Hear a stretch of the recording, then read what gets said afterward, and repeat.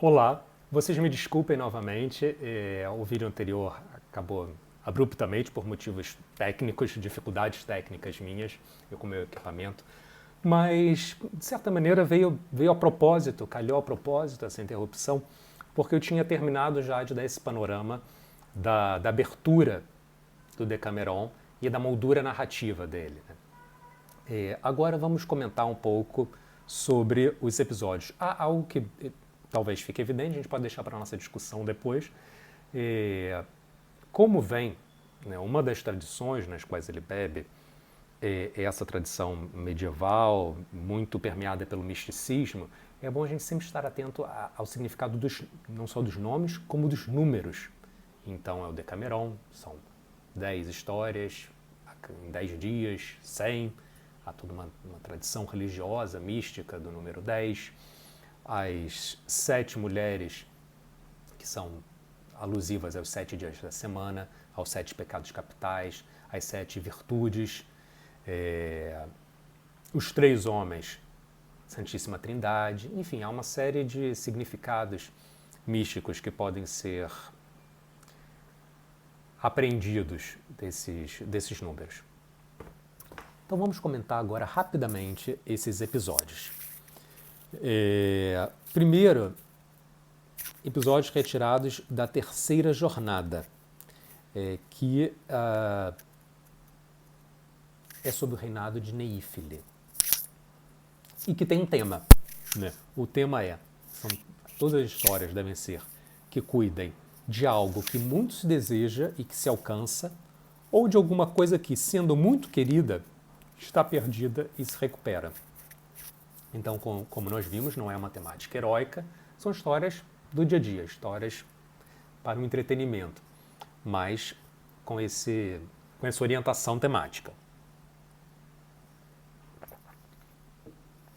Por conta das peripécias que são criadas e dos jogos de engenho, jogos de esperteza, relaciona-se com uma tradição que vem muito da tradição espanhola, mas na Europa como um todo, que é a tradição da picaresca, né?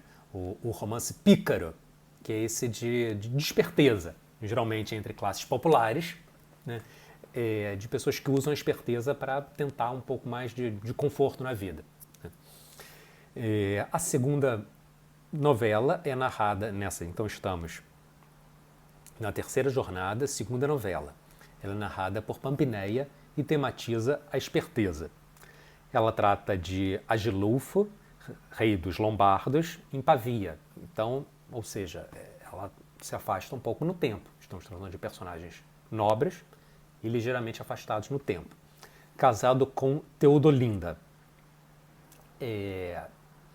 Há um palafreneiro, como vocês devem ter visto, há um palafreneiro, ou seja, palafreneiro é aquele que cuida dos palafrens. É aquele que...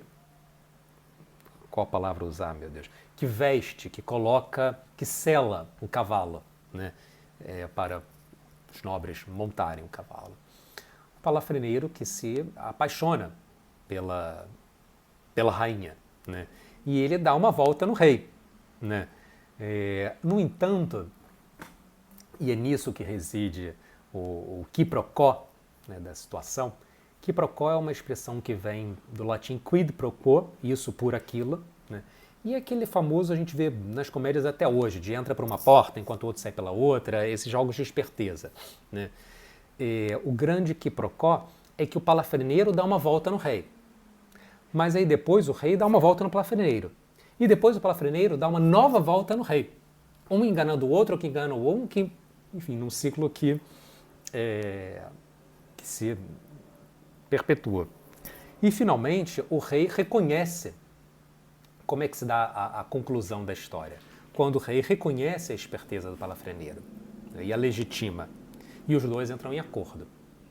Então, a resolução do conflito se dá pelo reconhecimento da dinâmica, né? É interessante notar também que o que está em disputa é o corpo da rainha, né? Mas que aí é mero objeto de desejo e de disputa dos dois.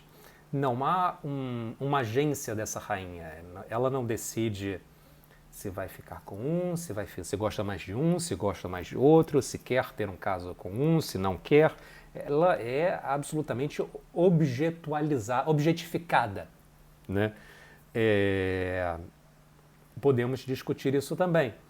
E em que medida isso é algo deletério para a figura feminina dela, em que medida isso indica também um modo de agenciamento, uma maneira de,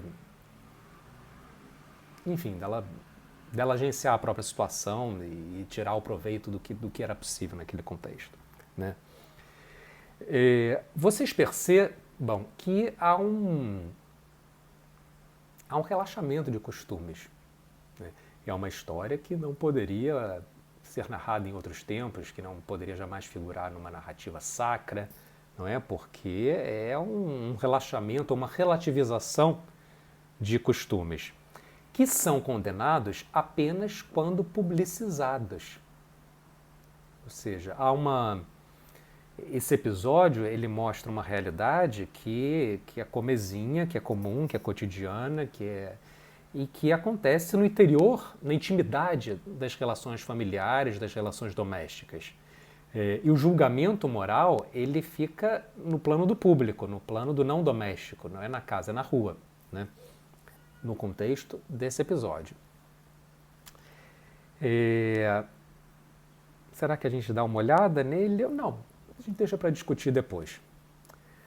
A terceira novela é narrada por Laurinha e igualmente tematiza a esperteza, né? É a história do abade e do aldeão Ferondo, né? Novamente, aqui é uma inversão de valores, porque há um abade, um homem religioso, que é um pecador, né? E que não apenas, essa é uma temática que já havia no romance pícaro, que enfim surge numa série de outros contextos, mas é um abade que não apenas é um religioso que é pecador, mas que mobiliza a sua religião para a sua satisfação pessoal. Novamente, uma obra literária que está 700 anos distante de nós, mas que fala muito sobre a nossa contemporaneidade, não é? É interessante, queria chamar a atenção para a gente discutir na sexta-feira sobre a figuração popular do purgatório. Nós devemos lembrar que o purgatório ele entra na tradição cristã bem mais tarde do que o inferno e o paraíso, né? Os textos bíblicos originais tratavam de inferno e de paraíso. Entra no século XII, começa a haver essa formulação. Quando Dante escreve a Divina Comédia, o purgatório havia sido concebido há muito pouco tempo, não é? E há essa figuração de inferno, purgatório, paraíso, uma figuração oficial, canônica, e há a figuração popular. Como seria esse purgatório? E que imagem ele teria no imaginário popular, né? Essa frase ficou horrível. Que imagem ele teria no imaginário? Mas, enfim, como ele se configuraria no imaginário popular? Também queria chamar a atenção para esse pó, né, que simula a morte, esse fármaco, né, que é uma espécie de pó mágico Então, há o discurso religioso e há também esse discurso dessa alquimia, dessa magia, desse saber desconhecido que vem do Oriente, né? E que faz uma alusão, inclusive, ao que hoje em dia nós chamaríamos de drogas ou de narcóticos. Esse pó seria provavelmente um ópio ou um haxixe vindo do Oriente, né?